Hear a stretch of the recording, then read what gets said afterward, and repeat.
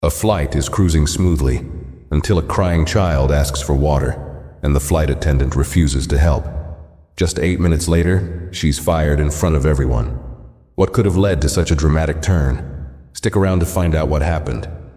Before we start the story, comment below where you're watching from today. And if you enjoyed this story, don't forget to subscribe. It was a regular morning flight from Atlanta to New York. The cabin was full, the air was warm, and the chatter of passengers settling in filled the atmosphere. Everything seemed normal, but there was one sound that stood out: a child crying loudly from the middle of the plane. A mother, seated with her son, was trying to calm him down, but nothing seemed to work. The little boy, probably no older than 3, was sobbing uncontrollably, his tears streaking down his face. The mother, clearly distressed, whispered calming words to him, but the child's cries only grew louder. People around them started to shift uncomfortably in their seats, exchanging glances, though no one said anything. It wasn't uncommon for young children to cry during flights, but the noise was starting to get to everyone. Not far from them, a flight attendant named Clara, who had been walking down the aisle with a tray of drinks, noticed the situation. She didn't seem to be in a hurry, just moving at a steady pace. The mother, hoping to ease her child's discomfort, reached up to Clara as she passed, asking for some water. She explained that her son hadn't stopped crying for the past 15 minutes, and she just needed a little water to calm him down. But instead of offering help, Clara gave the mother a cold, almost dismissive look. She paused, then said, "I can't give you any water right now. You'll need to wait until the seatbelt sign goes off." The mother was taken aback. She could hardly believe her ears. "But he's so thirsty. He's been crying the whole time," the mother pleaded. Clara, without much sympathy, simply repeated the same line. "It's the rules. Wait until we reach cruising altitude. I can't do anything until then." The mother didn't know what to say. She tried to console her son, but her heart was sinking. The other passengers, who had heard the exchange, began to look uncomfortable, some even muttering to one another under their breath. The situation was escalating, but Clara didn't seem to notice. The child's sobs continued, echoing through the cabin, making the air feel even heavier than it already was. Everyone was just waiting for the tension to ease, but it wasn't going to happen. Not yet. As the minutes passed, the tension in the cabin only grew. The mother, still holding her crying son, seemed at a loss. She gently rocked him in her arms, whispering in his ear, but it wasn't enough. The boy's sobs became more frantic, his small hands gripping tightly to her shirt. Around them, the atmosphere shifted. Passengers began shifting in their seats, their discomfort growing with every minute. A few tried to ignore the sound, while others exchanged uneasy glances. Some passengers even started checking their watches, as if hoping the child's cries would eventually stop on their own. Clara, the flight attendant, continued her rounds. She moved down the aisle, handing out drinks and snacks to the other passengers without a second glance at the mother and her child. But it wasn't just the mother who was feeling the heat. Other passengers, especially those seated nearby, were visibly irritated by the noise. One man in his 50s, seated a few rows ahead of the mother, was growing increasingly frustrated. He glanced back over his shoulder a few times, trying to block out the sound with his headphones, but it wasn't working. Finally, he took off his headphones and stood up, slowly making his way down the aisle. He stopped beside Clara, who was busy chatting with another passenger. "Excuse me," the man said, his voice steady but firm. "Can you please do something about that child? It's been going on for a while now." Clara gave him a brief look but didn't stop what she was doing. "Sir, I'm aware," she replied, almost as though she were annoyed by his interruption. "I'm handling it." The man didn't seem satisfied with that response. "You're handling it? How? By ignoring it?" His tone was sharper now. Clara turned to face him, raising an eyebrow. "Sir, I told you, it's the rules. We have to wait until we reach cruising altitude."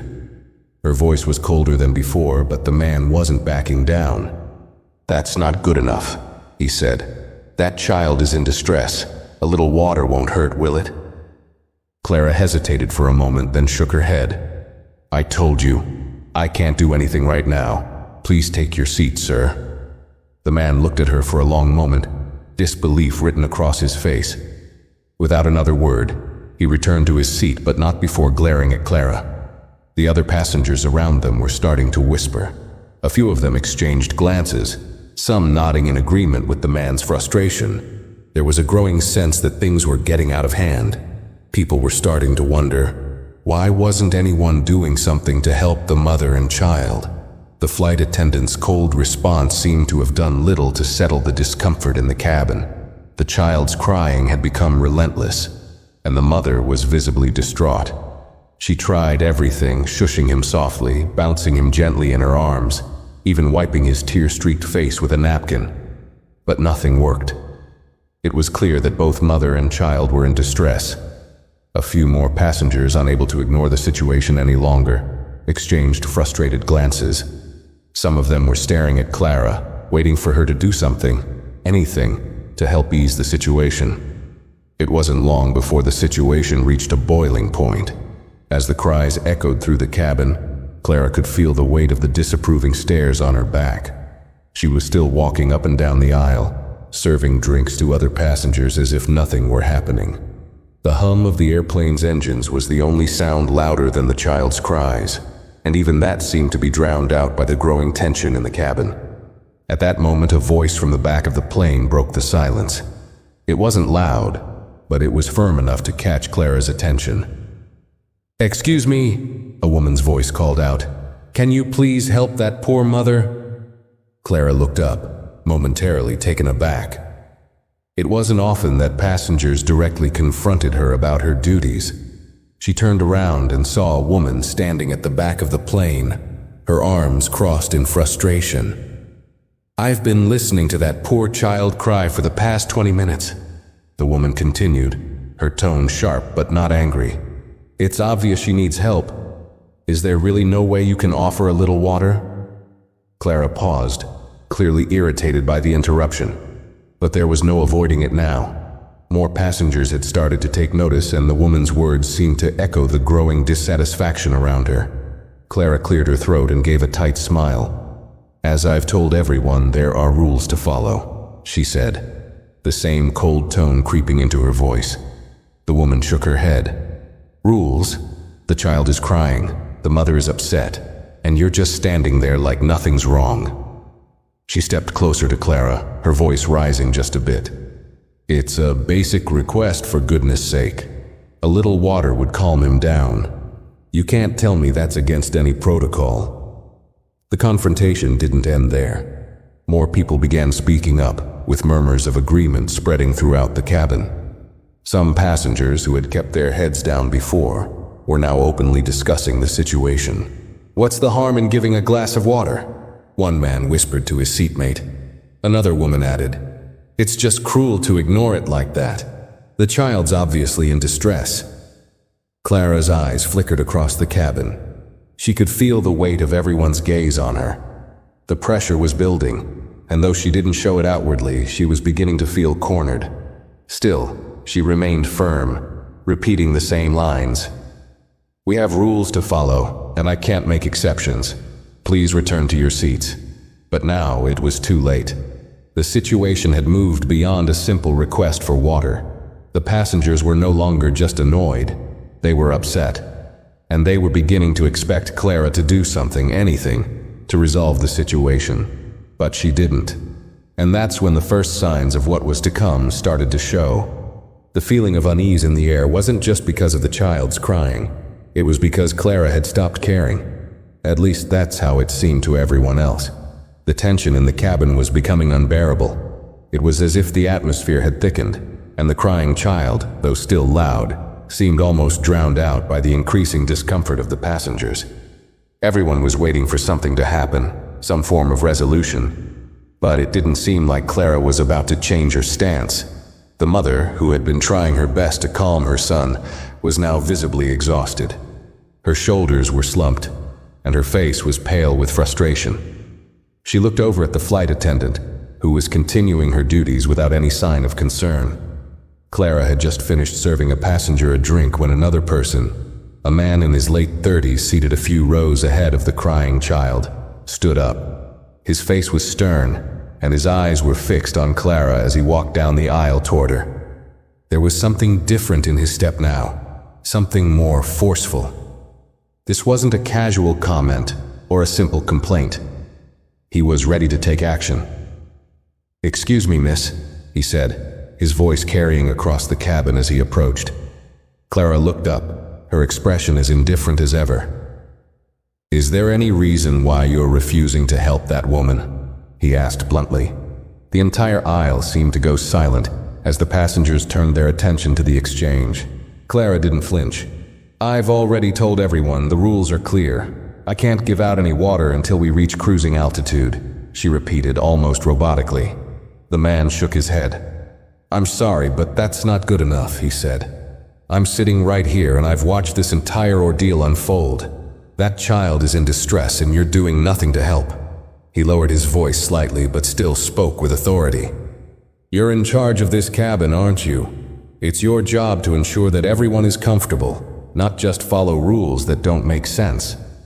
For a brief moment, Clara hesitated. It was clear the pressure was starting to get to her, but she quickly recovered, raising her chin slightly and maintaining her cool exterior. "Sir, I don't need a lecture. I'm following the company's guidelines and I expect you to respect that," she said, her tone growing sharper. The man, however, wasn't backing down. "Respect? Respect would be showing some compassion. That's a child, for crying out loud. Don't you see what's happening here?" He gestured toward the mother, who was trying to comfort her son but was clearly at her wits' end. "You can't hide behind rules when the situation clearly calls for common sense." By now, the entire cabin seemed to be holding its breath.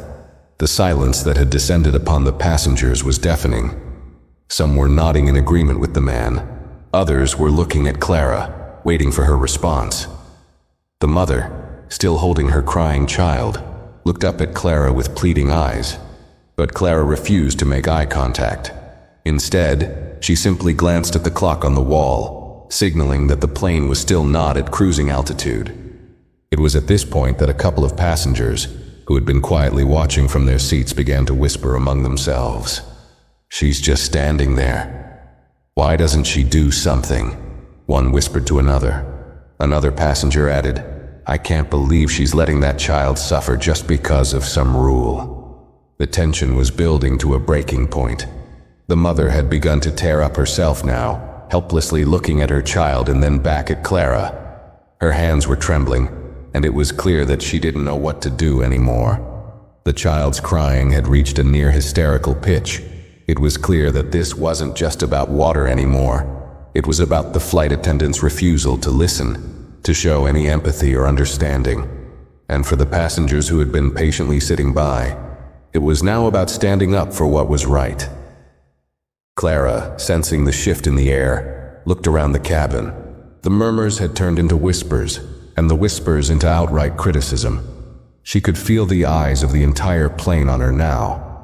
But instead of responding with any sense of urgency, she did what she had done all along. She turned and walked down the aisle, as though nothing had happened. But in that moment, something changed. The passengers were no longer simply waiting for the flight to reach cruising altitude. They were waiting for a resolution, and the clock was ticking. As Clara moved away, the air in the cabin remained thick with tension. The whispers continued to circulate, growing louder, fueled by the frustration of passengers who felt helpless in the face of the situation. The mother, now looking completely drained, was still holding her son, who was clearly growing more exhausted by the minute. Her efforts to console him had failed, and her face was flushed with the kind of helplessness only a parent in distress could understand. The passengers around her couldn't help but notice her struggle. A few exchanged glances, some shaking their heads in disbelief. One woman, a few rows ahead, leaned toward her friend and quietly said, "It's unbelievable. No one is doing anything to help that child."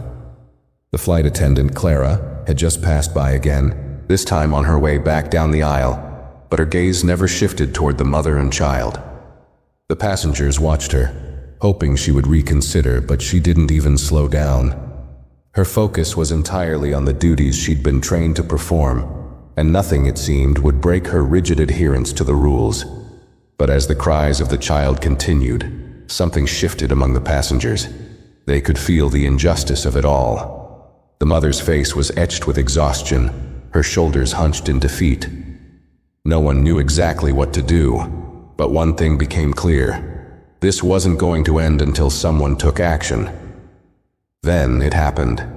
An elderly man seated at the back of the plane stood up slowly. He wasn't tall, but his presence was commanding. He shuffled down the aisle with purpose, his cane tapping softly against the floor. The murmurs grew quieter as he passed, and by the time he reached the front of the cabin, the entire plane seemed to hold its breath. Clara was just finishing another service round when she noticed the man standing in front of her. His face was stern, his posture straight, and there was a quiet determination in his eyes. Without waiting for her to speak, he addressed her calmly, but firmly. "Excuse me, young lady," he said, his voice carrying in the silence of the cabin. "You can't just ignore a child in distress like that." Clara blinked, a bit taken aback by his directness. "Sir, I've already explained." "I don't care about your explanation," the man interrupted, his voice unwavering. "That child needs help. Now." The passengers watched in silence as the elderly man stood his ground, unwavering in his belief that something needed to be done. Clara's eyes flicked nervously around the cabin, where eyes were now fixed on her. She could feel the weight of their expectations, but she still clung to her role. "I'm following protocol," she said, her voice quieter now, almost defensive.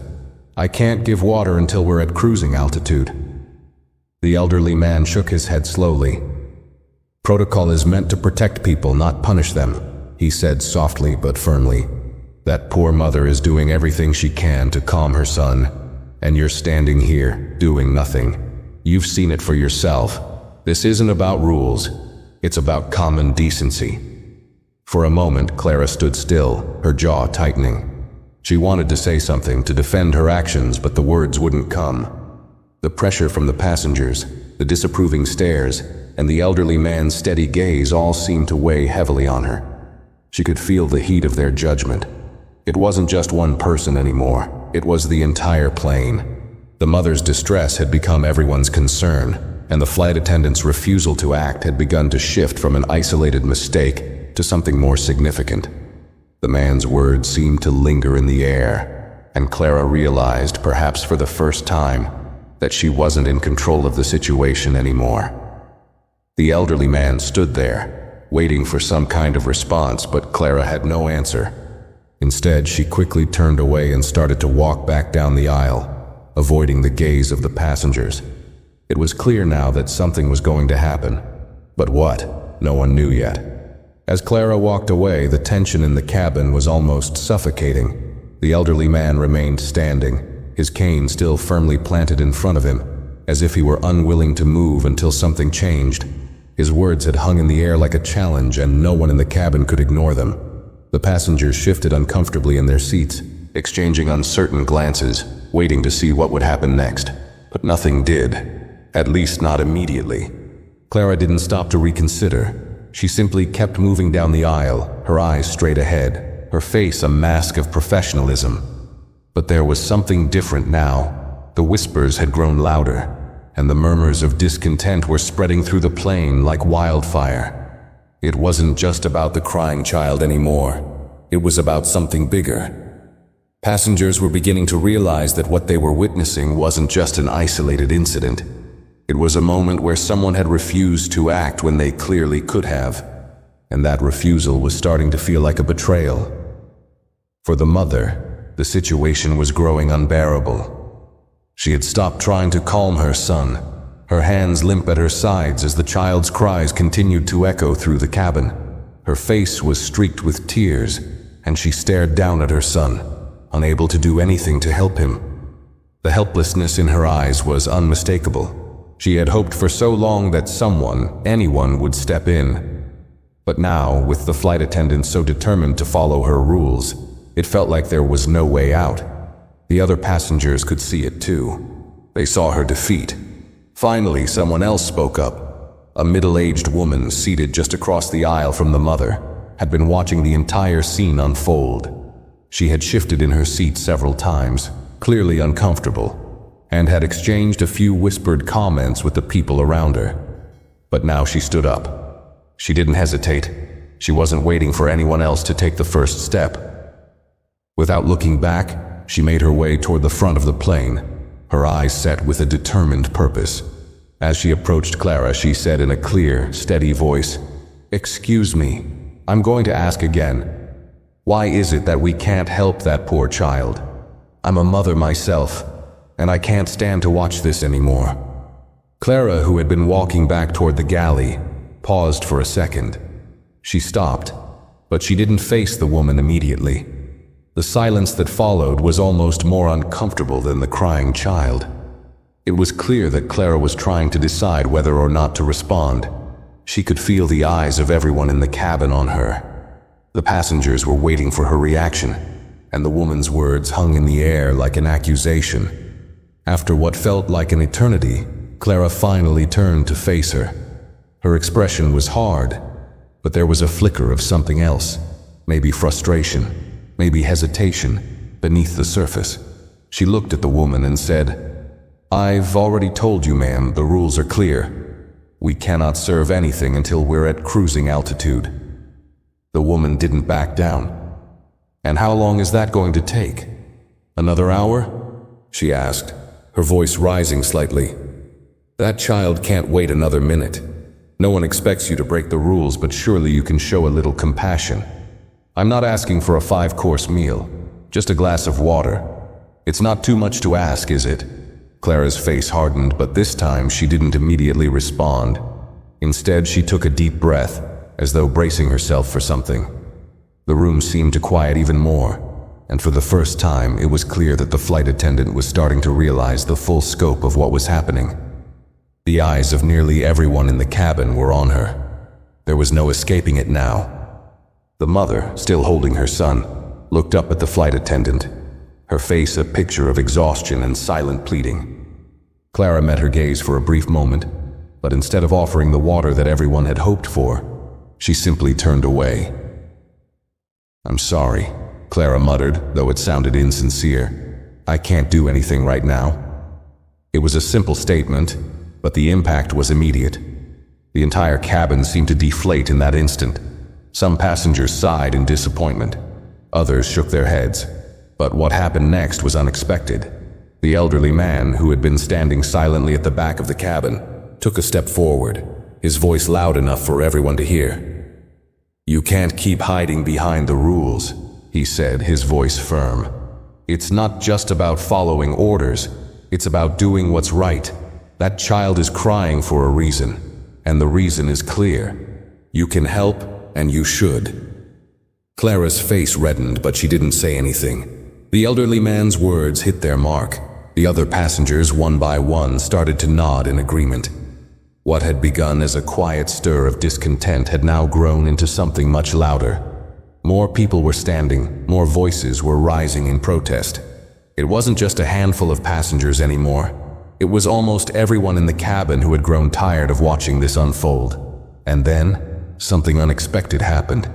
The captain's voice came over the loudspeaker. "Ladies and gentlemen," the captain's calm voice said, breaking through the tension. "We apologize for the delay, but we're experiencing some unexpected turbulence. We ask that you remain in your seats with your seatbelt fastened for just a little longer."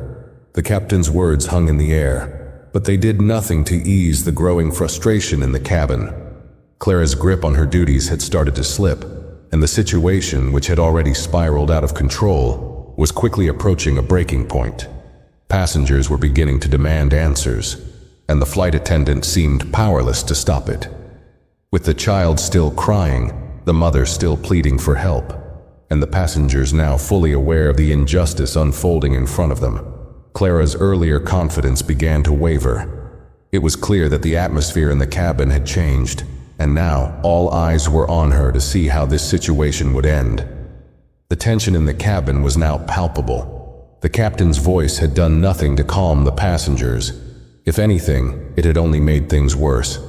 The promise of unexpected turbulence seemed hollow, a feeble excuse to delay the situation even further. Clara could feel the eyes of the entire plane on her, watching her every move. The voices of the passengers, once whispers of frustration, had now grown into a chorus of quiet demands and uneasy murmurs. Some passengers were standing in the aisles, their arms crossed, waiting for something to change. The quiet stares of others bore into Clara, as if they were waiting for her to finally break and do the right thing. The mother, still holding her son, looked beyond exhausted.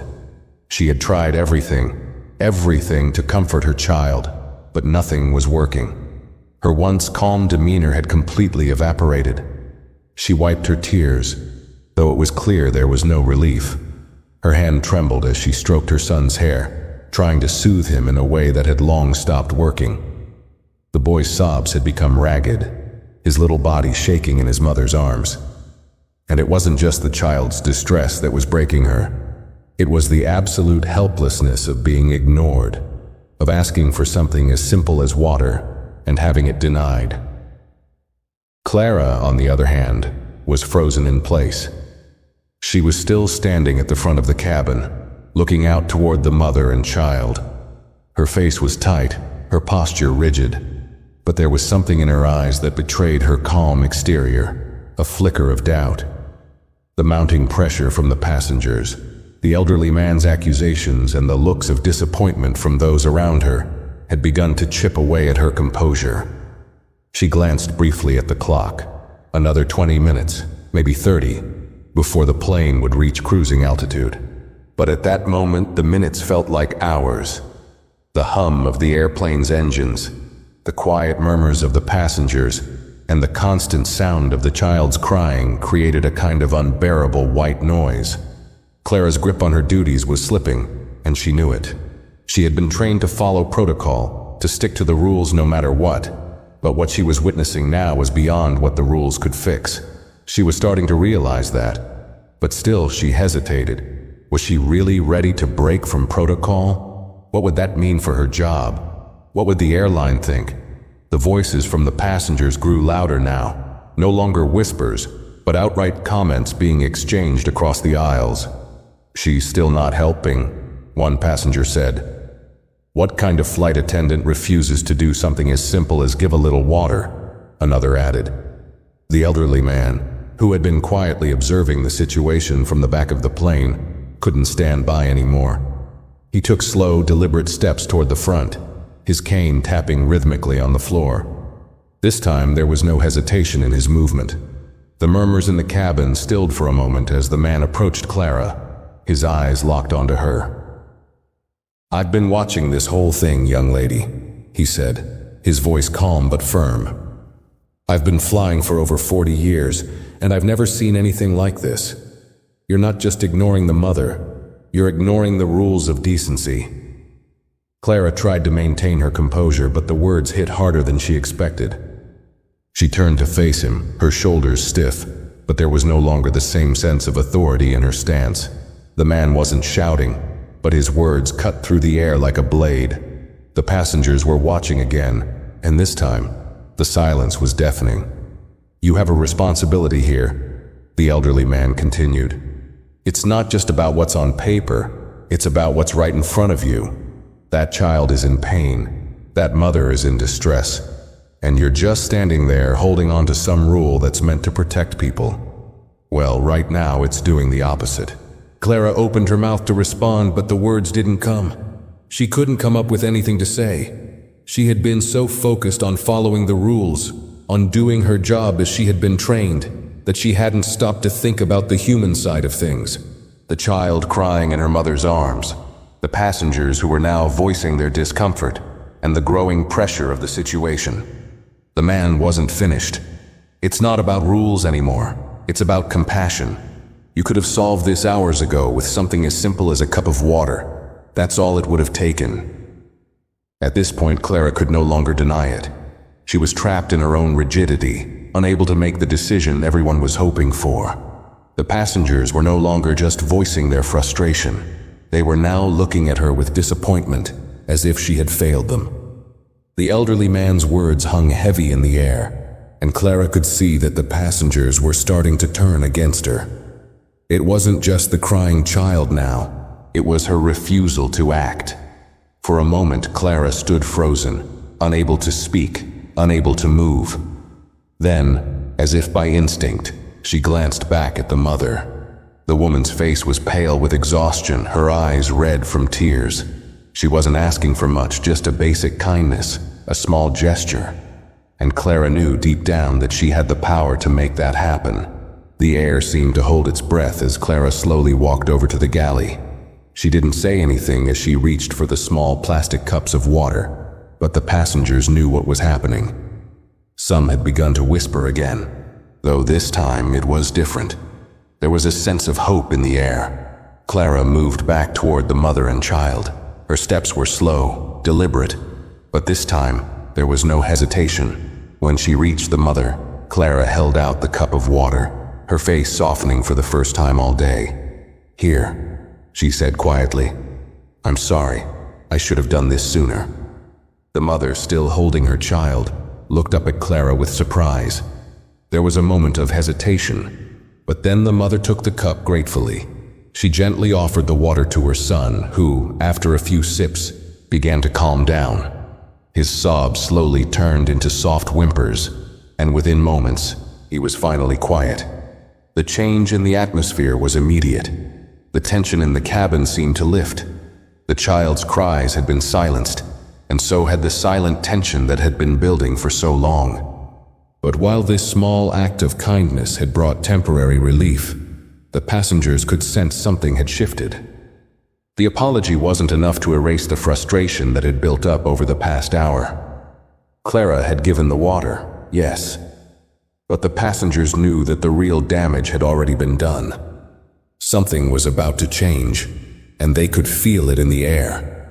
The mother, her hands shaking with gratitude, gently helped her son drink the water. His sobs had softened into little sniffles, and as he finished the last drops, he let out a small yawn, his eyelids fluttering. The change was immediate. The cabin, which had felt so heavy and tense, seemed to breathe a collective sigh of relief. The passengers, who had been watching the scene unfold with bated breath, finally began to relax. But the damage was already done. The lingering discomfort in the air wasn't about the child anymore. It was about the way the situation had unfolded, and more importantly, how it had been handled. Clara stood a few paces away, her hands still at her sides, her face a mask of uncertainty. She had done what was asked of her, but the moment felt anticlimactic. The relief of the child's quietness wasn't enough to erase the tension she had caused. She could feel the eyes of the passengers on her, some offering slight nods of approval, but others still harboring a deep sense of disappointment. It wasn't just the simple act of giving water that had been at the heart of this ordeal. It was the time it had taken for her to act. It was the stubbornness, the rigidity with which she had adhered to the rules, when everyone in the cabin could see that compassion was needed more than protocol. And then, just as the mother settled back into her seat, holding her now peaceful child in her arms, the cabin door opened with a soft click. The senior flight supervisor, a woman in her mid-40s with a no-nonsense air about her, stepped into the cabin. She looked around quickly, taking in the situation with a glance. Her eyes locked onto Clara, and without saying a word, she made her way toward her. Clara's stomach dropped. It was as if the weight of the entire situation had shifted in that moment. She knew what was coming, even before the supervisor spoke. There was no way that a scene like this, passengers openly questioning her actions, the growing murmurs of discontent, the violation of basic customer service standards, would go unnoticed. The supervisor, who had no doubt been briefed about the escalating tensions, came to a stop in front of Clara. "I need to speak with you," the supervisor said firmly, but not unkindly. Clara nodded stiffly, her heart racing. This wasn't just a simple correction. This was a conversation about everything that had led to this moment. The supervisor turned to the passengers, offering a small, apologetic smile. "Ladies and gentlemen, I understand the situation has been difficult, and I sincerely apologize for any distress caused. I'll take it from here," she said, her voice projecting enough to be heard across the cabin. The passengers, still visibly shaken, slowly nodded. some muttering quiet words of reassurance to one another. But most of their attention was now focused on the two women at the front of the plane. Clara followed the supervisor into the galley, the door closing softly behind them. Inside, the supervisor wasted no time. Her voice, though calm, had an edge to it. "Clara, what exactly happened out there?" the supervisor asked, her tone sharp but controlled. Clara hesitated, her mind racing.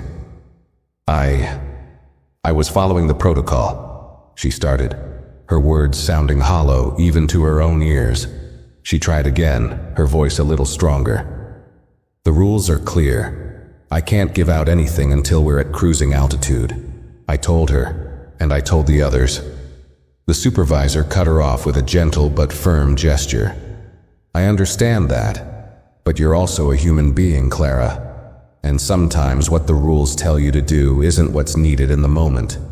You have to read the room. You have to understand when it's okay to bend the rules in order to help people." Clara's shoulders slumped. The weight of her actions was starting to hit her. The supervisor continued, her voice softening just a touch. "You should have offered that child water. It would have taken you a few seconds, and that mother could have stopped worrying about her son for just a minute. You can't ignore the human side of things. You're not just there to serve drinks. You're there to help people." Clara nodded, though her heart felt heavy. "I know, I didn't mean to make it worse. I thought I was doing my job." The supervisor sighed and shook her head. "Your job isn't just about following rules.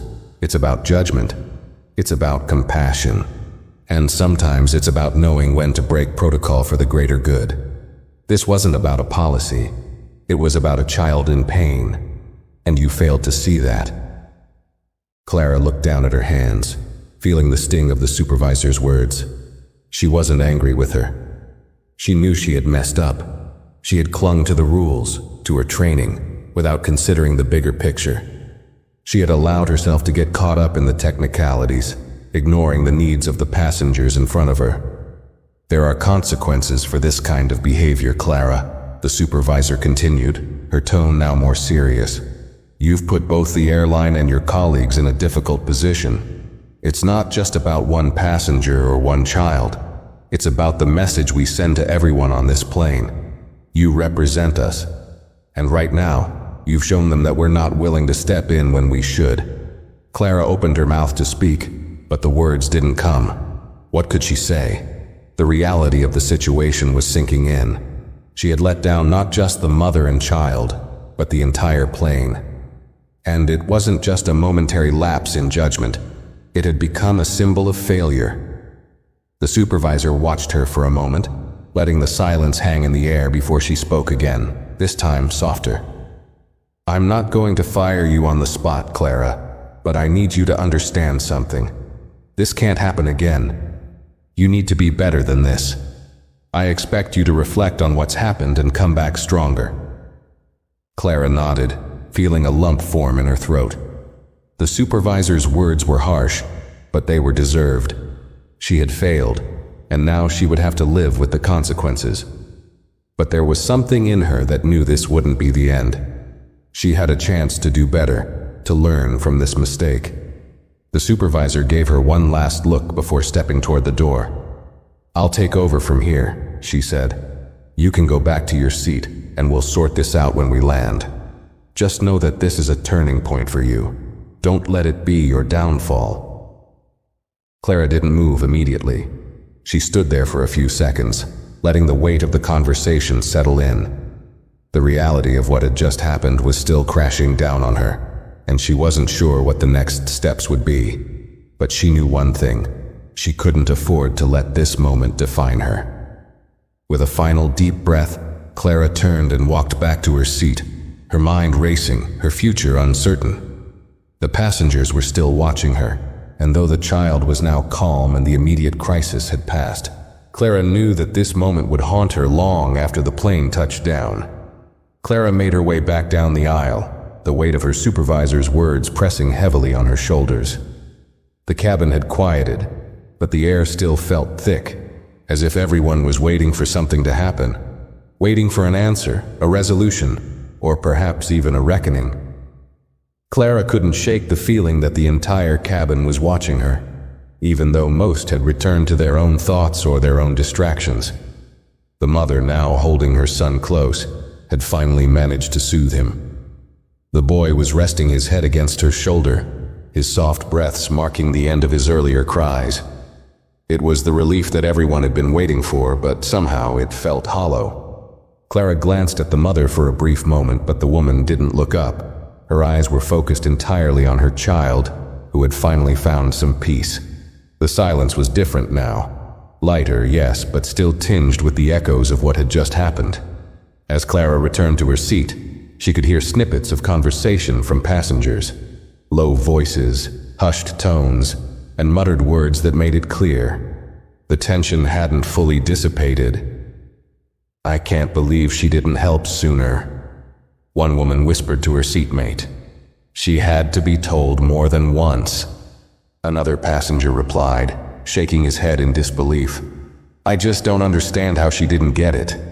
Clara could feel the heat of their words, even if they weren't directed at her specifically. They didn't need to be.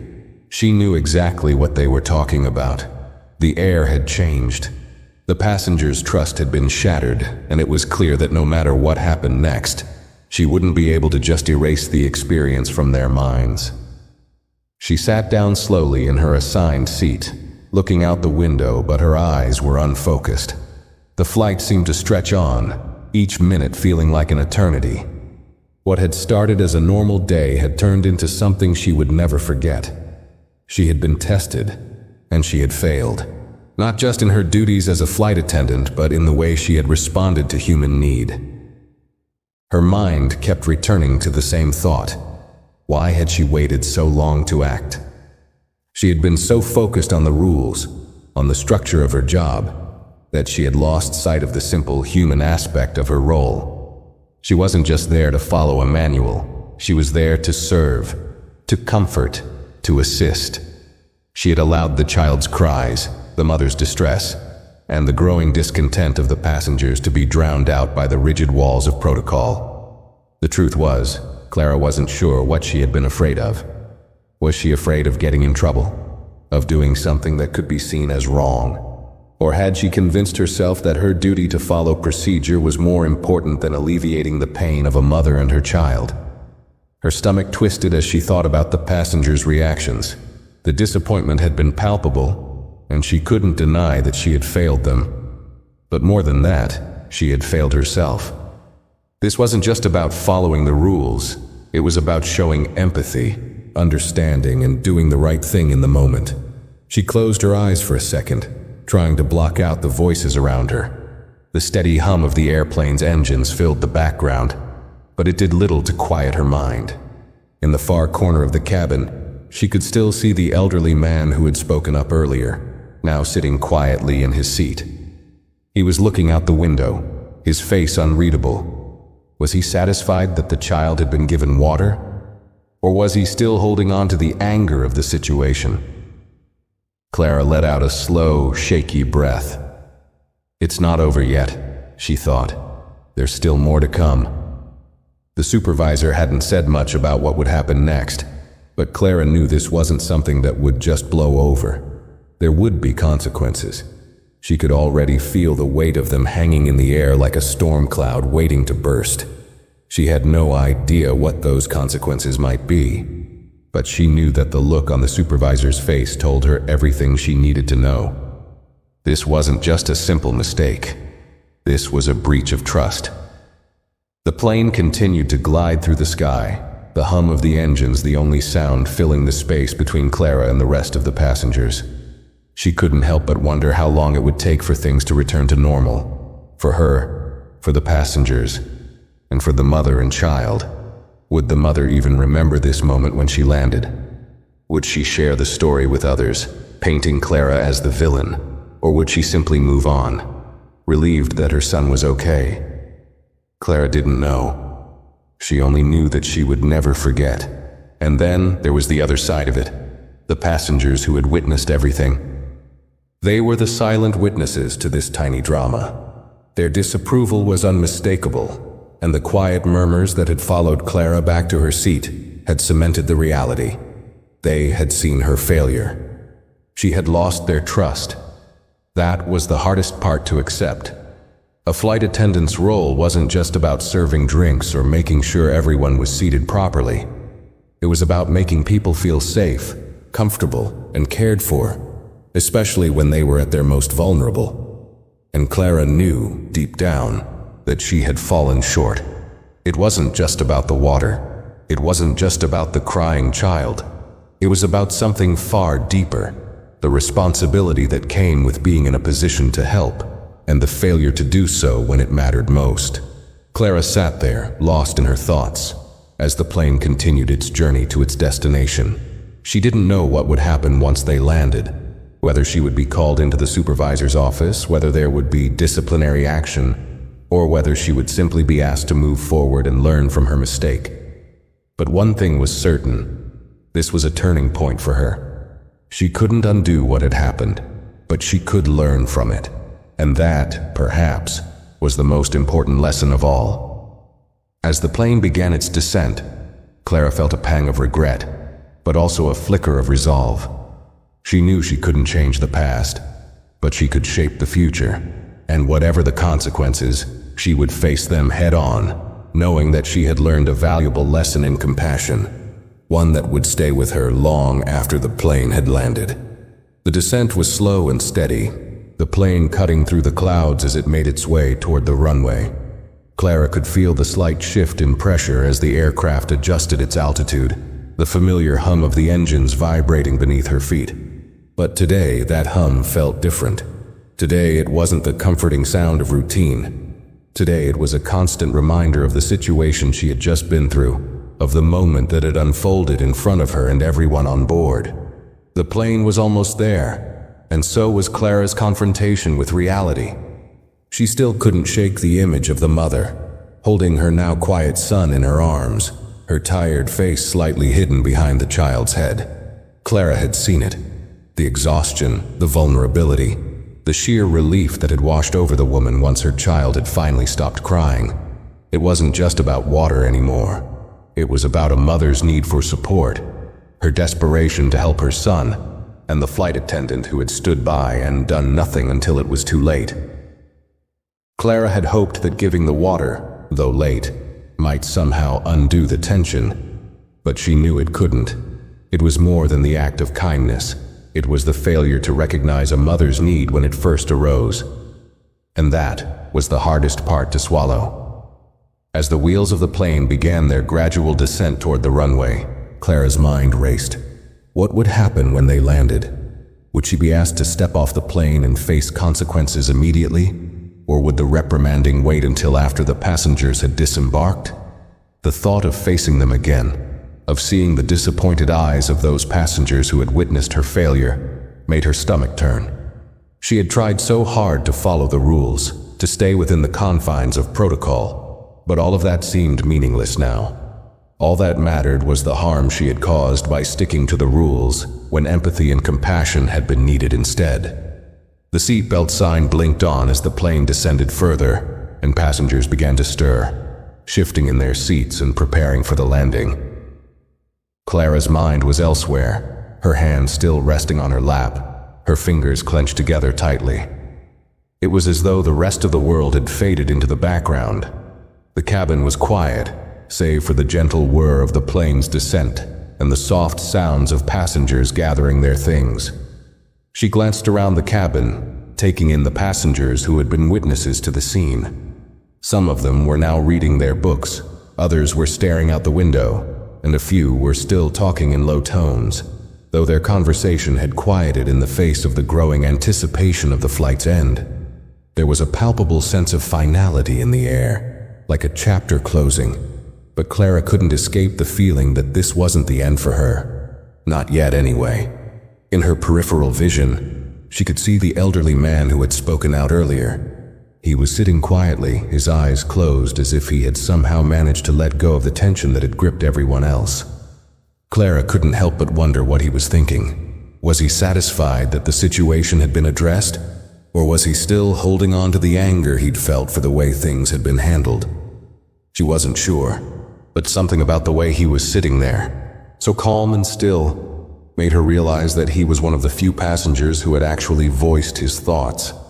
And in a way, he had been the catalyst that pushed everything into motion. What would have happened if he hadn't spoken up? Would the child still be crying? Would the passengers still be fuming in silence? Clara didn't know, but it was a sobering thought. It had taken a stranger, someone who had no personal connection to the mother or child, to stand up and demand that something be done. Why hadn't she acted sooner? Why hadn't she recognized that something needed to change? The answers felt elusive, buried beneath the weight of her pride and her fear of stepping outside the boundaries of what she had been taught. She had been afraid to make the wrong choice, to act without permission, but now, in hindsight, it seemed clear. She had missed the most important part of her job, the ability to see beyond the rules, to read the room, and to respond in a way that reflected humanity, not just protocol. The plane was getting closer to the runway, the ground now visible beneath the thin layer of clouds. Clara took a deep breath, trying to steady her nerves.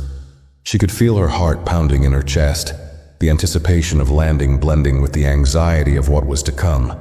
She wasn't sure what would happen after the plane landed. The supervisor had said she would sort it out once they arrived, but Clara could sense that the consequences weren't going to be simple. There was no escaping the reality of what she had done, or rather, what she had failed to do. As the plane touched down with a soft thud, Clara felt a strange mix of relief and dread. The wheels screeched against the tarmac, and the familiar sound of the plane slowing down was almost comforting. But there was no escaping the inevitable. She knew the passengers would be disembarking soon, and that meant the supervisor would have to confront her. She didn't want to face that conversation, but she knew she had to. It was the only way forward. The seatbelt sign turned off, and the passengers slowly began gathering their things. The soft rustle of jackets and bags filled the air, but Clara remained in her seat, motionless. She felt an intense heaviness, as though the weight of the entire plane's expectations was bearing down on her. The supervisor came into the aisle, walking slowly toward her. Clara's stomach clenched at the sight of her, the stern look still present on her face. The supervisor stopped in front of her eyes meeting Clara's. There was a long moment of silence before she spoke. "Clara," she said softly, but with a firmness that was impossible to ignore. "We'll have a conversation once the passengers are off the plane, but don't think for a second that you've escaped this. It's time to face the consequences of your actions." Clara nodded, her throat tightening. She wasn't sure what to say. There was nothing she could say. She had already failed, and the consequences were coming whether she was ready or not. As the passengers began to exit the plane, Clara remained seated, her gaze fixed ahead. She could hear their voices as they passed by, the low hum of their conversations blending with the sound of footsteps on the metal flooring. The silence between her and the supervisor was thick, but Clara didn't break it. She knew that what came next would be a moment of reckoning, one that would define her not just as a flight attendant but as a person. She couldn't undo what had happened, but she could face the consequences and learn from them.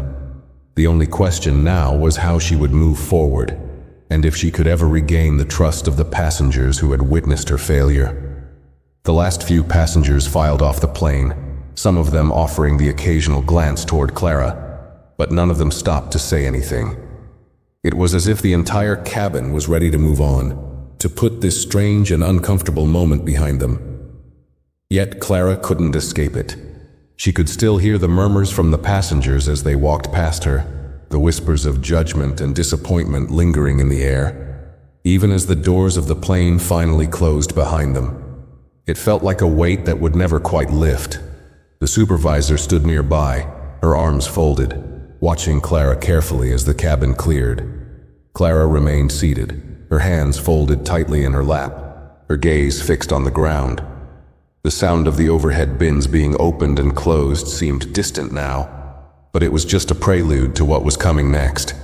The supervisor hadn't spoken since her last words, and the silence between them grew louder with each passing second. Clara was exhausted. She was emotionally drained, But it wasn't just the weight of the day's events that was wearing her down. It was the crushing realization that she had made a mistake that she couldn't undo. She had let her fear and her rigidity blind her to the most basic need of a child and a mother in distress. She had chosen the rules over empathy, and now she was about to pay the price. Finally, the supervisor moved toward her, her footsteps steady and deliberate. "Let's go," she said quietly, her voice cool but not unkind. Clara stood up slowly, following the supervisor down the aisle toward the jet bridge. As they walked, Clara's mind raced. She thought back to the moment when the elderly man had stood up, the passengers who had started to murmur, the way the air had shifted. She couldn't help but wonder what would have happened if she had just acted sooner, if she had listened to the quiet voice inside her that told her something wasn't right. They reached the door, and the supervisor stopped, turning to face Clara. There was no rush now, no more passengers to tend to, and no more distractions. It was just the two of them, standing in the sterile silence of the jet bridge, the hum of the airport far in the distance. "I've already spoken to the airline's operations team," the supervisor began, her voice steady. "They've reviewed the situation, and we both know it's not ideal. This kind of mistake, this kind of misstep, can't be ignored." Clara nodded, her throat tight. She wasn't sure what she was expecting. Perhaps a reprimand, perhaps a chance to explain herself. But the supervisor's calm demeanor was hard to read. Was she angry, disappointed, or was she just doing her job, preparing for the inevitable? "You've worked here long enough to know that what happened today is serious," the supervisor continued. "You violated not just the company's protocol, but the trust of your passengers. A flight attendant's primary job is to ensure the safety and comfort of passengers, and that means knowing when to bend the rules to help people. It means knowing when compassion outweighs procedure." Clara swallowed, the words cutting deeper than she expected. She had heard the same thing before, back in her training, how being a flight attendant wasn't just about serving drinks and snacks, how it was about creating a safe environment where passengers felt cared for. She had believed it truly, but today she had failed at that. She had let her training and her desire to do everything right blind her to the situation unfolding in front of her. I understand," Clara said, her voice shaky. "I made a mistake. I know that." The supervisor looked at her for a long moment, her gaze assessing but not judgmental. "I don't think you're a bad person, Clara. In fact, you've been a good flight attendant for a long time. But you've got to learn from this. This isn't just about following rules. It's about knowing when the rules don't apply." Clara nodded again, her stomach in knots. She felt a deep sense of shame, but at the same time, there was a small glimmer of understanding. She had been so fixated on the rules, on what she had been taught, that she had failed to see the human side of the job. It wasn't just about the water. It was about the simple act of noticing someone in need, of responding with empathy. And that was something she had overlooked. "I'm going to have to write this up," the supervisor said, her tone firm but still calm. "There will be a formal review. It's standard protocol, but you'll be able to learn from this. We'll work with you to make sure this doesn't happen again." Clara's heart sank. She had known the review was coming. She had known there would be consequences, and though she understood why, the weight of it was still hard to bear. Being a flight attendant had always felt like a privilege, something she had worked hard for, something she had built her career on. But now she was faced with the very real possibility that her career could be affected by a single decision. But the supervisor's next words gave her a moment of relief. "This won't necessarily result in termination, Clara, but it will mean a period of reflection. And if you're serious about staying in this job, about being the kind of flight attendant I know you can be, then you need to show us that you've learned from this. You'll be on probation for the next few weeks, and I'll be checking in regularly to see how you're progressing. This is your chance to prove that you're ready to make things right." Clara's shoulders relaxed slightly, though the weight of the situation still lingered. She had expected worse, but at least there was a chance, an opportunity to redeem herself, to prove that she could be the flight attendant the passengers deserved. The fear of losing everything wasn't gone, but it had lessened. She had a chance to fix this. "I'll do whatever it takes," Clara said quietly, her voice steady now. "I'll learn. I won't make this mistake again." The supervisor studied her for a moment, then gave a small nod. "Good. That's what I want to hear. Now, let's get off this plane. You've got some work to do." Clara nodded and followed her out of the jet bridge, the airport's fluorescent lights blurring in the distance. The world outside was moving on, but for Clara, everything had changed. She had learned a hard lesson, one that would stay with her forever. It wasn't about following the rules. It was about knowing when to break them, when to do what was right, not just what was expected. As they walked toward the staff area, Clara felt a strange mixture of regret and determination. She had failed, yes, but she wasn't going to let that failure define her. This was a turning point, and the road ahead wouldn't be easy, but it was the only road she could walk now. The airport terminal was bustling with activity, the sounds of rolling suitcases and announcements over the intercom filling the air. But for Clara, it all felt distant, almost muffled. She walked alongside the supervisor, her mind still reeling from the conversation, the weight of everything that had happened hanging over her like a heavy cloud. She felt like a spectator in her own life, moving through the motions, yet disconnected from everything around her. They walked in silence for a few moments, the sound of their footsteps echoing in the hallway as they approached the staff office. Clara's heart was still pounding, but now it wasn't from fear of what might happen. It was from the realization that she had been given a second chance. She could feel the weight of the supervisor's words, that she wasn't being fired, that there was still hope, but it didn't make the shame of the situation any less difficult to bear. The supervisor opened the door to the staff room and gestured for Clara to enter. Clara stepped inside, and the first thing she noticed was the quiet hum of the office. The desks were mostly empty, with only a few crew members finishing up their reports. The fluorescent lights above flickered ever so slightly, casting a sterile glow on the sterile room. Clara couldn't help but feel like she was walking into a space where decisions were made, and today, the decision was about her. The supervisor took a seat behind her desk and motioned for Clara to sit across from her. Clara did, her hands still trembling slightly, though she tried her best to control it. She sat up straight, her back rigid, as if hoping to show the supervisor that she was taking this seriously, that she understood the gravity of what had just happened. "Clara," the supervisor began, her voice soft but firm. "I know this hasn't been easy for you, and I'm sure it's hard to accept what happened today. But I need you to understand something. You were given a responsibility, and you let the passengers down." Clara's eyes dropped to her lap. The words stung, but they weren't unexpected. She had known even before the supervisor had said them that the responsibility was hers. She had been the one who had failed to act in the moment, who had let the situation escalate to the point where the passengers were openly frustrated with her, but the supervisor didn't stop there. "You also let yourself down. This job isn't just about serving meals and drinks. It's about reading the room, understanding what people need, and knowing when it's time to take action. It's about more than following rules. It's about knowing when to be flexible and when to step outside the boundaries of what's written in the manual." Clara nodded, swallowing hard. She had heard those words before, but today they carried a weight she had never fully appreciated.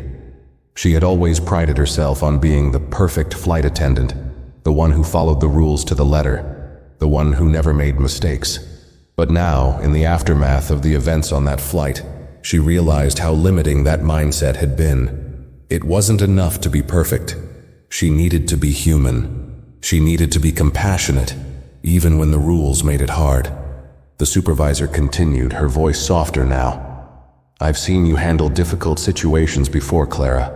I know you have the potential to be great at this job, but you need to prove that you've learned from this experience. This is your chance to show that you can grow from this mistake, that you can be more than just someone who follows protocol. You need to step up. Learn how to balance compassion with responsibility. Clara looked up at the supervisor, her eyes welling with tears, though she quickly blinked them back. She had been trying so hard to prove herself, to show that she was capable of handling everything that came her way. But now, it wasn't about proving her competence. It was about showing that she could be vulnerable, that she could admit when she was wrong, and that she could learn from the experience. "I understand," Clara said, her voice barely a whisper. "I'll do better. I won't let this happen again." The supervisor leaned forward slightly, her expression softening. "I believe you, Clara, but you have to take this seriously. You'll be on probation for the next few weeks. That means no more slip-ups, no more mistakes. You need to show that you're capable of stepping up in these situations, that you can handle the responsibility that comes with this job. You'll also need to attend additional training sessions, ones focused on handling emotional and sensitive situations." Clara nodded again, the weight of the responsibility now fully settling in her chest. She knew it wouldn't be easy. The next few weeks would be a test, not just of her skills, but of her ability to reflect, grow, and change. But this was her chance to make things right. She couldn't undo what had happened on the flight, but she could ensure that it didn't define her future. "I'll prove to you that I can do this," Clara said, her voice steady now. "I'll do whatever it takes to show I've learned." The supervisor gave her a small, approving nod. "Good. That's what I want to hear. Now let's take it one step at a time. You're not alone in this, Clara. We'll help you. But you have to do the work, and you have to show us that you're capable of more than just following the rules. You're here to serve the passengers. That means you have to be adaptable, compassionate, and willing to make the tough calls when it counts." Clara took a deep breath, feeling the weight of those words settle in. She didn't know what the next few weeks would bring, or what her future at the airline would look like. But one thing was clear. This was a turning point. The only way forward was through it, and she was ready to face the challenge. The supervisor stood up, signaling the end of their conversation. "All right, you can go for now. We'll check in with you soon. Just remember what we've discussed today. I'm confident you'll be able to turn this around." Clara stood, offering a quiet nod. She turned to walk toward the door, her heart still heavy but with a glimmer of hope. She had been given a second chance, a lifeline. It was up to her to make the most of it. As she walked out of the office and back into the noisy terminal, Clara felt a mixture of relief and determination. The world around her hadn't stopped. People were still rushing to their gates, still talking, still moving forward with their lives. But for Clara, everything had shifted. She wasn't just a flight attendant anymore. She was someone who had to learn from her mistakes, someone who had to face the consequences and prove that she could be better. The road ahead wouldn't be easy, but Clara knew this much. She would walk it with her head held high, ready to face whatever came next. The hardest lesson had been learned, and now it was time to move forward.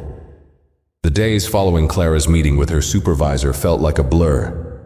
She had been placed on probation, a weighty reminder that her actions had consequences, and each day brought a mix of self-doubt and resolve.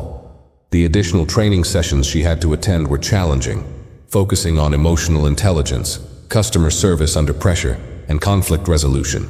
But Clara embraced them. Every lesson, every role-playing exercise was a small step toward redeeming herself. At first, it was hard to shake the memory of the passengers' disapproving looks, the elderly man's stern words, the frustration she had seen on the faces of people who had expected more from her.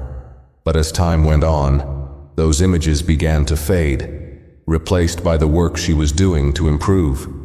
Clara spent extra hours reviewing her notes, shadowing other senior attendants, and even asking passengers for feedback when appropriate. She was determined to show that she could be better, that she was capable of more than just following protocol. It wasn't easy. There were moments when she felt the old fear creeping back in, the fear of making mistakes, the fear of not being enough.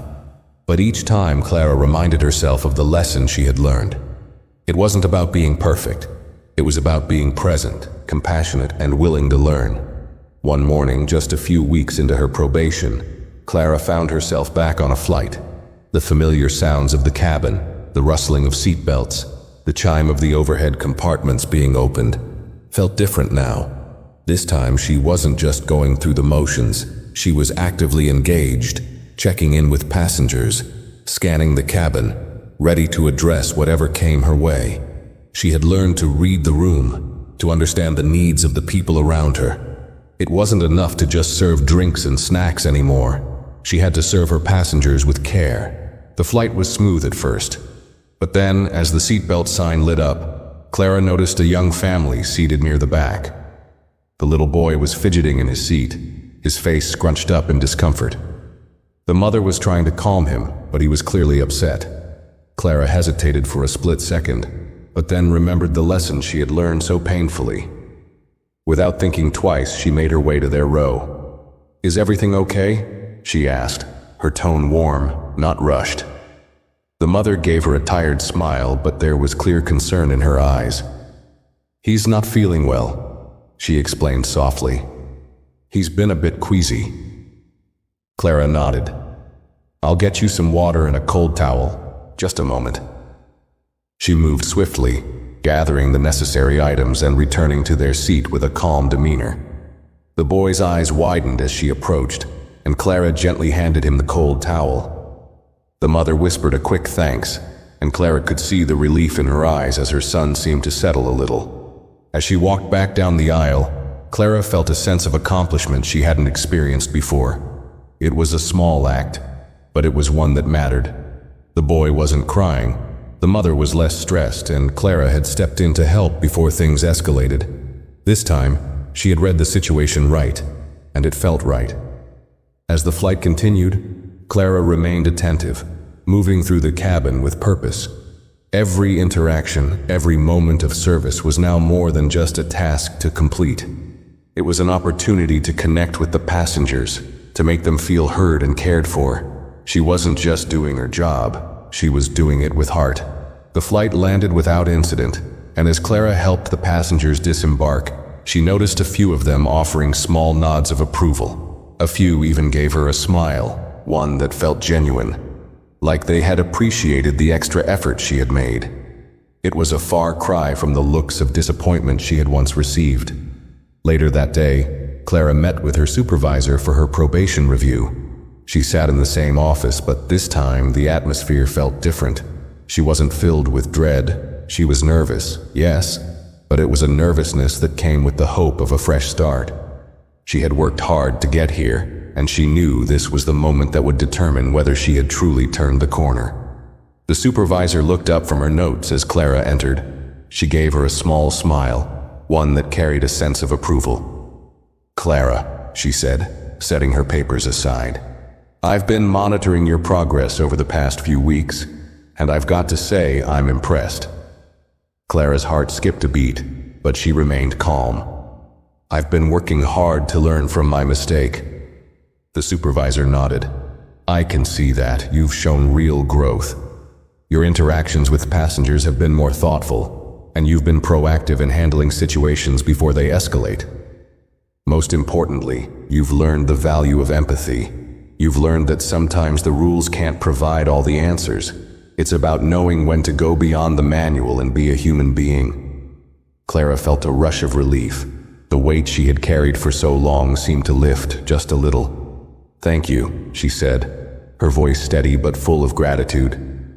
"I've learned a lot from this experience, and I'll keep working hard to make sure I never make the same mistake again." The supervisor smiled, this time with a bit more warmth. "I believe you.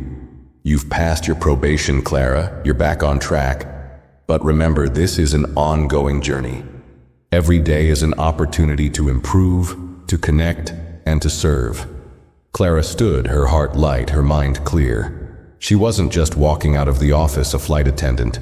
She was someone who had learned one of the most valuable lessons of her career, that the best flight attendants don't just follow the rules. They understand the people they serve. They know when to listen, when to act, and when to offer a kind word or a simple gesture to make a passenger's day a little bit better. As she left the office and headed back into the terminal, Clara knew that the road ahead wouldn't always be easy. There would be more challenges, more moments of doubt. But this time, she was ready.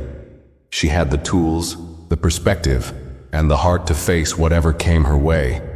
And for the first time in weeks, Clara allowed herself to smile. She had learned, and in that moment, she felt like she had truly earned the right to wear the uniform. Her journey as a flight attendant had just begun. Thanks for watching. If you liked this video, don't forget to give it a thumbs up, share your thoughts in the comments, and subscribe to the channel for more stories like this.